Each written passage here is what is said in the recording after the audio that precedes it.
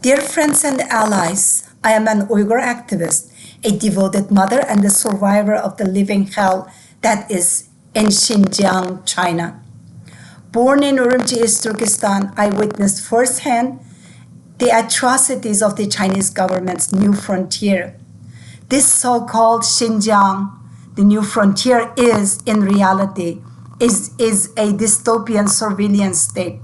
Over 3 million innocent Uyghurs are imprisoned in concentration camps resembling Soviet gulags.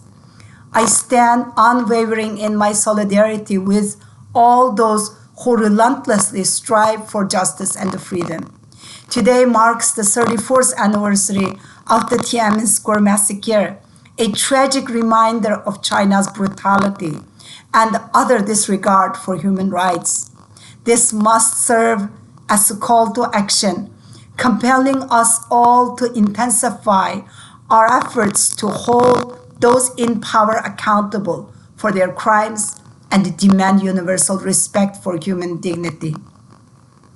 The Uyghur people, with our rich cultural heritage, distinct language, and unique religious practices, have suffered under the brutal regime of Chinese Communist Party for over 7 decades. Uyghurs are suppressed through genocide, assimilation, and violence. CCP's oppression threatens our identity and the future. My journey as a human rights activist began in the face of brutal repression, that I was witnessed while I was a student in Xinjiang University in Urumqi. Uyghurs demanded rights, faced crackdowns. I witnessed persecution, fueled my passion. Hopes turned into devastation. The Tiananmen Square massacre revealed China's brutal suppression of peaceful dissent. Thousands of innocent students demanding basic rights were gunned down by their own army. It was a chilling wake-up call to the true nature of the Chinese government. The Tiananmen Square massacre marked a devastating turning point for the Uyghur people. The Chinese government unleashed a brutal campaign of suppression to erase their cultural identity and the colonized region. The Uyghurs face a genocidal threat to their existence. The mass incarceration of Uyghur people in the concentration camps is an unspeakable atrocity. This egregious human rights violation has been recognized as the largest mass incarceration of an ethnic group since the Holocaust. It is an affront of the principles of freedom, dignity, and justice that the world holds dear as a global community. China's so-called vocational training centers are essentially modern-day concentration camps. Survivors and the reports expose the harsh truths of armed guards, barbed wire fences, overcrowded, deprivation of basic needs, unsanitary conditions, and relentless indoctrination. Uyghurs separated from their families and stripped of their culture and religion endure unimaginable mental and physical torment. The effort to conceal the truth behind a facade of propaganda have not succeeded in obscuring the harrowing testimonies, satellite imageries, and the first-hand accounts that expose the reality of those camps and the Chinese government's own data and the Chinese government's own leaked documents and after documents. The secret documents of the Chinese government exposes their crimes and the genocidal policies. The Chinese government has been relentlessly attempting to eradicate Uyghur culture and religion since Mao's takeover of East Turkestan in 1949. Under the labels of nationalists, counter-revolutionists, and the separatists, the Uyghurs have been subject to brutal persecution, including forced labor, torture, and execution. In the wake of 9/11, the Chinese government rebranded this genocidal campaign as a war on terrorism, giving them a pretext to intensify their crackdown on Uyghur descent and cultural expression. The horrors unfolding in East Turkestan today are a modern-day genocide. The Chinese Communist Party's treatment of the Uyghur people is reminiscent of the atrocities committed during the Holocaust. The Uyghur Tribunal, an independent and the People Power Tribunal, emerged as a significant response to the Chinese regime's brutal treatment of the Uyghurs. Its purpose was to investigate allegations of grave human rights abuses in my homeland, providing a platform for Uyghur survivors and experts to share their testimonies and present undeniable evidence.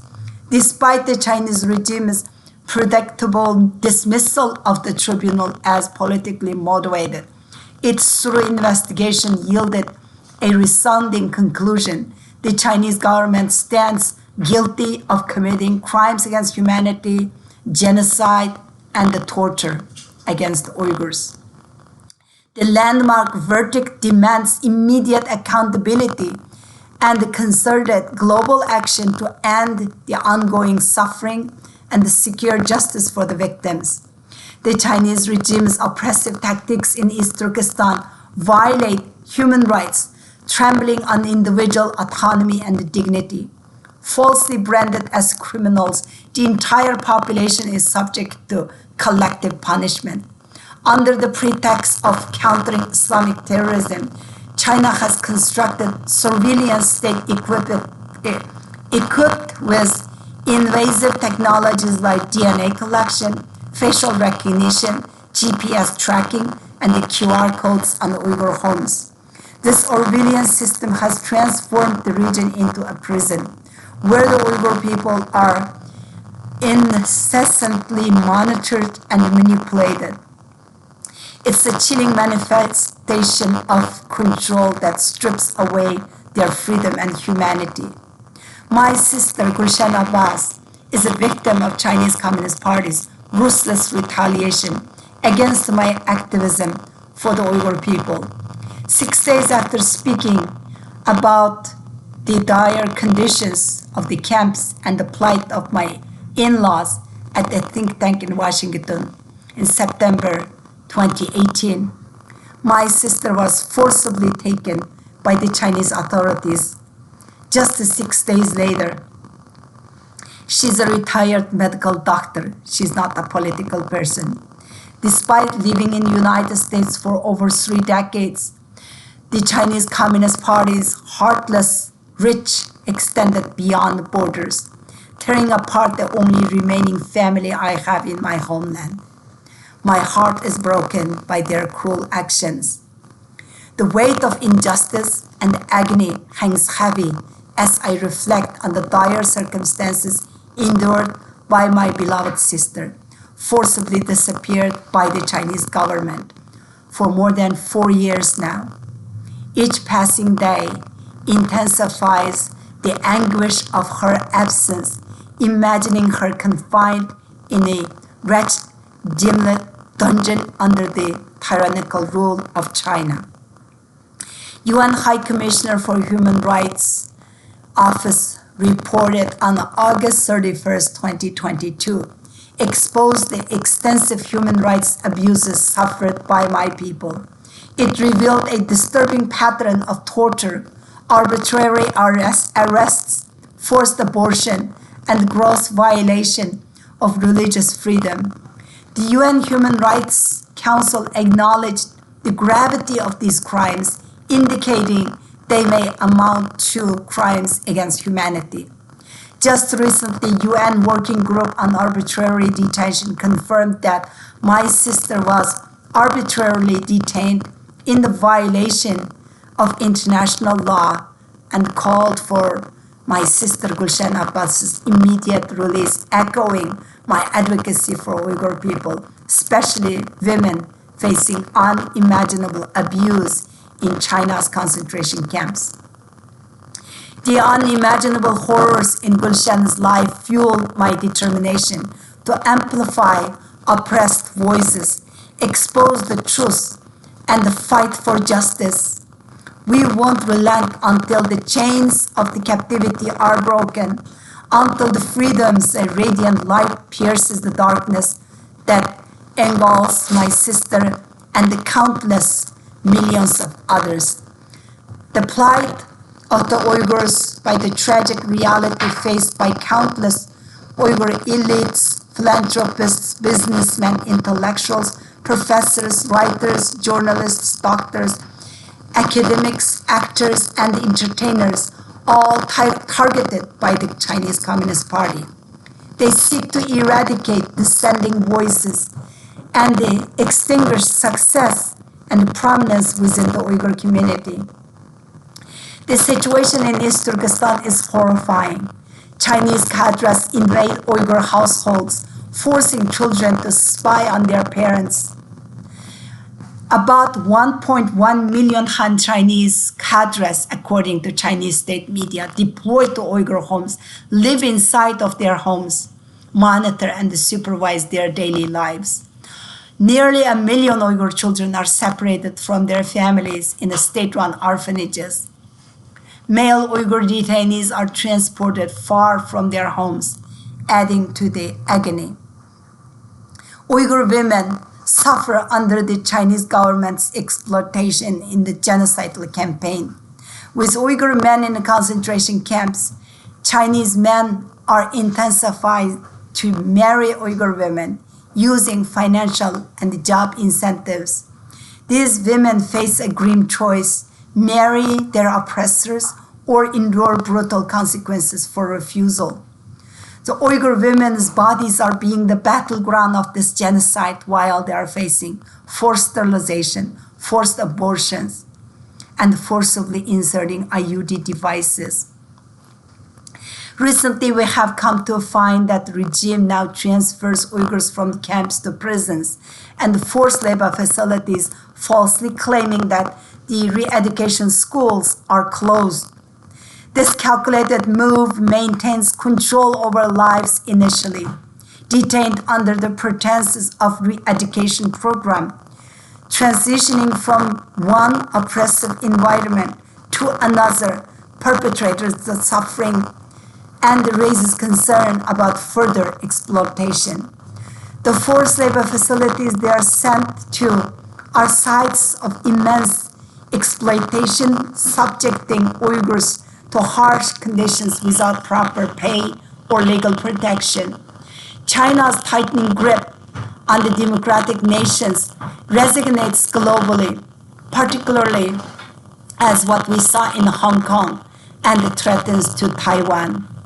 Once a symbol of freedom, the Hong Kong now faces suffocating control from the Chinese Communist China. The erosion of democracy and the suppression of dissent serve as a stark warning, with Taiwan at risk of a similar fate. Taiwan, a thriving democracy, embodied self-governance and individual liberties, yet Beijing is intensifying threats cast a shadow over its future. Hong Kong's downfall serves as a chilling reminder that the red tide of totalitarianism could engulf another democratic beacon. What's happening is not just a violation of human rights, it is a grave assault on humanity itself. The Chinese government is committing horrific acts of fascist terror and ethnic cleansing against innocent people, punishing them collectively with systematic and grotesque atrocities. It is a modern-day genocide, a blight on our civilization that should have no place in the 21st century. The fact that the international community has not acted decisively in response in a shameful indictment of our collective failure to protect the most vulnerable among us. After witnessing the sheer brutality of the June 4th, 1989 massacre, where the Chinese Communist Party unleashed 200,000 soldiers and tanks to crush a peaceful pro-democracy movement in Tiananmen Square, resulting in hundreds of possibly thousands of deaths. It was inconceivable to me that this barbaric regime would still be in control more than 3 decades later. The Tiananmen Square massacre laid bare the gruesome nature of the Chinese Communist Party and its willingness to slaughter unarmed students to cling to their power. But even after 3 decades, the party's grip on China remains as firm as ever. Its totalitarian ideology, once thought to be waning, has resurged with a revengeance and is bolstered by China's vast economic influence. The Communist Chinese regime is relentlessly and systematically committing genocide and through arraigned terror, heinous repression, and unforced brutality. They are not only assaulting the Uyghurs' fundamental human rights and dignity, but also depriving them to their basic birthright to live and survive. But today, it's not just the Uyghurs' future is at stake. It's the freedom and democracy and the world that we all inherit for our children and our grandchildren. If we don't stop this barbaric Chinese totalitarian regime, if we don't hold China accountable, it will be our children and our grandchildren who will pay the consequences of an illiberal world. The echoes of Never Again once resonated worldwide as a pledge to prevent another tragedy, but today we see Never Again being repeated yet again. We must come together and raise our voices to end the abhorrent atrocities before it becomes too late.